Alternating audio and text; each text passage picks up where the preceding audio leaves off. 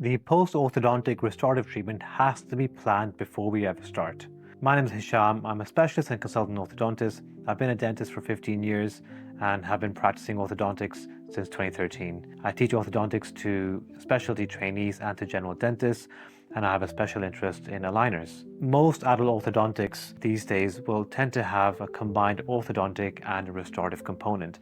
That's because we're treating patients who don't have virgin teeth, who don't have necessarily healthy teeth, and who are coming to see us primarily due to aesthetic concerns. Adult orthodontics really is about having a pragmatic approach, and planning the post-orthodontic treatment has to be done at the very, very beginning. Adults have teeth which are quite worn down, and they can be worn down in different parts and by different amounts. So for example, the central incisors might not be the same length or the same width or the same size or the same shape at the beginning of treatment. So what's really important is that the planning of the final outcome, planning of the patient's smile at the end of treatment when all is said and done, really starts on day one. So what that means is during your assessment, the first thing we look at is where is the lip line and what does the smile line actually look like? How much gingival display is there on smiling? So does the patient show any gums, or actually does the lip cover quite a large part of the tooth during the smile? And that allows us to identify if we need to be concerned about the gingival architecture and the final position of the gingival zeniths, or whether we can leave that alone.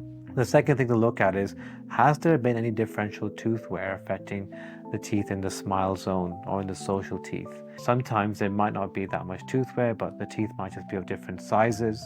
And so we need to consider this as part of the orthodontic tooth movements and plan for the differences in the tooth anatomy in our simulation as well. So when we get our simulation back from your chosen aligner lab, have a look at it in a very critical way.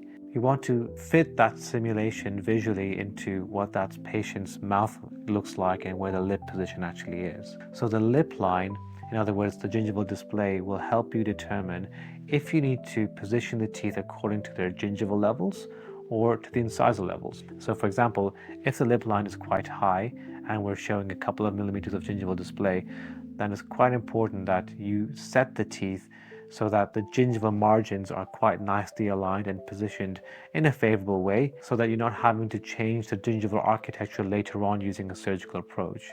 So assessment of this from day one will help you to identify where the gingival position needs to be. Conversely, if the smile line is very low down, then maybe you don't have to worry about the gingival position because the patient never shows the gums during smile. Instead, you can focus on putting the incisal edges at the same level and try to reduce the restorative burden on the patient. So it depends on what the starting position actually is. In considering what the final position of the teeth are, you should also account for any restorative procedures that you might need to perform. Now, a lot of the cases require some sort of composite buildup, whether it's edge bonding or full coverage composite restorations. So we need to plan for the amount of restorative material and the thickness of this between the teeth to ensure you have sufficient interocclusal space.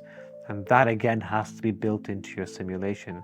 There's no point getting to the end of the aligner treatment and then realizing that you haven't got the space you need to build up the tooth size and you haven't got adequate thickness of material to provide good resistance form. So planning for that restorative phase from day one will allow you to transition smoothly from finishing your aligner treatment through to the restorative phase, where you can provide the appropriate treatment without having to be worried about the occlusion and sufficient clearance. Finally, when we're talking about clearance, and we mentioned that we must incorporate this within our plan, really what we're talking about here is opening up the overbite and increasing the vertical dimension. So we have to plan sufficient overcorrection into the aligner plan to ensure we do actually deliver on that overbite reduction and we do get that space between the incisors to provide the restorative material sufficient space and get good resistance form. So make sure you provide that overcorrection either by